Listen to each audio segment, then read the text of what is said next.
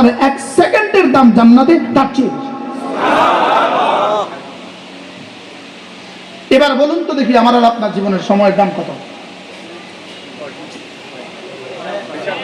কত? অনেক। কত? অনেক অনেক। কত? জান্নাতে যাওয়ার পরে জিজ্ঞেস করবে রব্বে কারীম, আর তো কখনো বের করবেন না। রব বলবে ফেরেশতা দরজা লাগাও, ক্লোজ ডোর, সিলগালা করে দাও, যাও দরজা বন্ধ, যাও, আমিও কখনো বের করব না। ওয়ালা ইয়াবগুনা আনহা হিওয়ালা, তুমিও কখনো বের হওয়ার চেষ্টা করবে না, যাও। আল্লাহ কত দিনের জন্য দিলেন? ডর লাগে তো। আদম আলাইহিস সালামকে বাইর করে দিয়েছিলেন, আব্বারে না বাইর করছিলেন? আব্বা কি আল্লাহ কি বলবেন? আব্বাকে আনছিলাম দেখতে, তোরে আনছি থাকতে।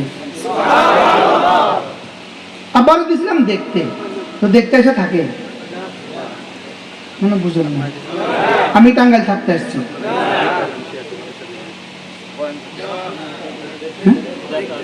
আমি বয়ান করতে আসছি, বয়ান করে চলবেন। আব্বা গেছে কেন বলেন? আর আমরা যাবো কেন?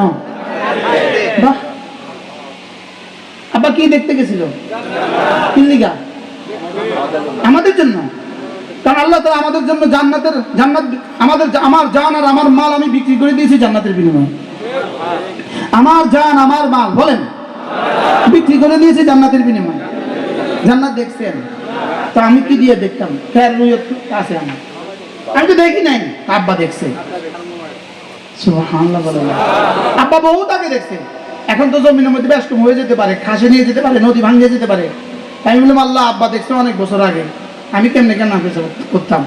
আল্লাহকে যাও তোমাদের রাসূলকে মেরাজে ডেকে নিয়ে এসে লিনুরিয়াহু মিন আয়াতিনা আবার দেখা দিয়েছি। আব্বারা একবার দেখাইছি, আর তোমাদের রাসূলকে আবার দেখাইছি। তো তোমার কেনা বেচা করতে আর কোনো অসুবিধা নেই। তাহলে এটা আমার জান আমার মাল বিক্রি করে দিয়েছি কার কাছে? কার কাছে? এটা কি এখন আমার রয়েছে না আল্লাহর হয়ে গেছে? এটা কার মোবাইল? আমার। এটা কার মোবাইল? আমি মক্কা শরীফের মাকতাবায় বসে বসে পড়তেছি, এটা সামনে পড়া। এক আরব আমাকে বলতেছে মিনাই নিস্তারা, এটা করতে কিনছো? আমি কি মিয়ার মক্কা ইউজার হয় না? মক্কা এটা পাওয়া যায়, মানে এই মোবাইল বুঝি মক্কা পাওয়া যায়, এত কম দামা মোবাইল বুঝি মক্কা পাওয়া যায়, মনে বুঝলি? এটা আশ্চর্য যে কিন্তু বটনের মোবাইল তো পৃথিবীতে আসেনি। আমি জাপানে খবর দিয়েছি, জাপানও নাই বলে, সামনে আসবে, এটা আর পাওয়া যেত না। এই জন্য আমি বেশি কিনা মোবাইল আমার কাস্টডিতে রেখে দিছি। কদিন পরে এটা বন্ধই করে দিল। বারাল কি জানি করেছিলেন? এটা আমার, আমি বিক্রি করে দিয়েছি হুজুরের কাছে। হুজুরের কাছ থেকে 1000 টাকা নিয়ে নিয়েছি। মোবাইল এখন আমার কাছে থাকবে না হুজুরের কাছে থাকবে? আমার কাছে কি? হুজুরের কাছে কি? এটা ব্যবহার করবে কে এখন? আমি কি করব? আমি বললাম আমি আমার জান আমার মাল বিক্রি করে দিয়েছি জান্নাতের বিনিময়ে। রব্বে কারীম বলেন যাও, এটা তোমার কাছে থাক। আমি বললাম আল্লাহ এটা আমি কি করতাম? এটা তুমি ব্যবহার করো, তবে আমার মর্জি মতো ব্যবহার করো, তবে আমি চাহিদা মতো দিতে বাধ্য থাকিবা। সুবহানাল্লাহ বলো। চাহিদা মতো দিতে কি বাধ্য থাকিবা, এই জন্য তো আমরা দিয়ে দিতে হয়, না হয়তো জীবনেও দিতাম না, না হয়তো কি? তাহলে আমার জান আমার মাল এখন কি আমার না আল্লাহ? ব্যবহার হবে কার মতে? আল্লাহর মর্জি মতে না আমার মর্জি মতে? আল্লাহ তাআলার মর্জি মতে ব্যবহার হবে আল্লাহ তাআলার মর্জি মতে। বলেন আমার জান আমার মাল ব্যবহার হবে কার মর্জি মতে? আল্লাহর মর্জি মতে। এবার বলেন আমার চোখ ব্যবহার হবে কার মর্জি মতে? কার মতে? আমার কান, আমার জবান, আমার হাত, আমার পা, আমার লজ্জাস্থান, এই জন্যই আমাকে বানিয়েছেন। সুবহানাল্লাহ। তাহলে এটা আমার না, এই জন্যই তো মরণোত্তর চোখ দান করা। মরণের আগে কাউকে চোখ দান করা জায়েজ নেই, মনে হয় বুঝেন না?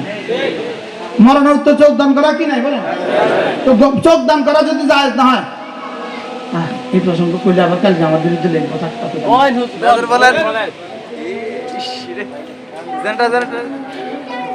বলেন। কি বলছি বলেন? এই 3-4 দিন আগে একজন মারা গেছে, 3-4 দিন আগে বাংলাদেশে একজন সাবেক সেনাপ্রধান মারা গেছে। শুনছেন আপনারা? চিটাগংয়ে একজন সাবেক সেনাপ্রধান কি হোটেলে, আমি গেলাম জিপের সেনাপ্রধানের কাছে কেমনে গেল, আরে মালাকুল মউত সেনাপ্রধানের কাছে কেমনে গেল, তাহলে বোঝা গেছে এখানে কোনো অসুবিধা নাই যাইতে। কিন্তু উনি ওনার আগে, মরণের আগে ওনার চোখ দান করে গেছে। চোখ কি আপনার, আপনি আরেকজনকে দান করেন কেমনে? আরে বুঝেন নাই কথা?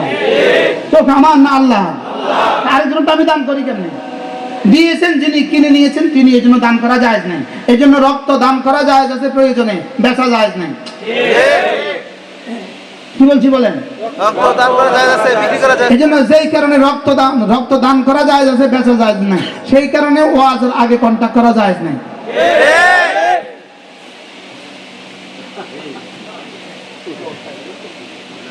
কি বলছি বলেন? এটা আমার না, বেচা হয়ে গেছে। কার কাছে? আল্লাহ তাআলার কাছে। এটা আমি নতুন করে বেশি কেমনে? আর দাওয়াত দিন না।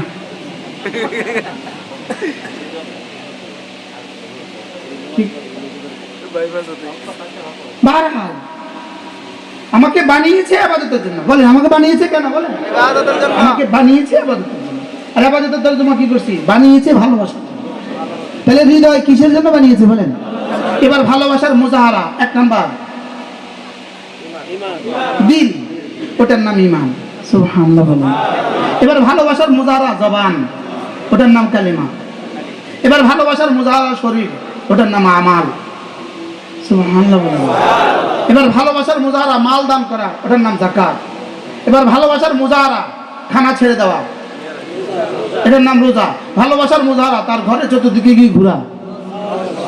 সুবহানাল্লাহ বলেন। এবার ভালোবাসার মুজাহারা যতক্ষণ হুঁশ থাকে ততক্ষণ জিহ্বা নাড়ানো, এটার নাম কি? এবার তাহলে আমার জীবনের সবকিছু কিসের মুজাহারা? মুজাহারা বাংলা কি? প্রকাশ, বই প্রকাশ। ভালোবাসার বই প্রকাশ কি দিয়া? প্রদর্শন করা, ভালোবাসার প্রমাণ দেয়া। ভালোবাসার কি দেওয়া? তাহলে আমার নামাজ কিসের প্রমাণ? এবার দেখেন, স্ত্রীর মুখে লোকমা তুলে দিলে কি সাদাকার সব, ভালোবাসা বাড়ে। আচ্ছা কোন কোন লোকমা দিলে সাদা ভালোবাসা বাড়ে? যেই লোকমা ভালোবাসার সাথে হয়। বলেন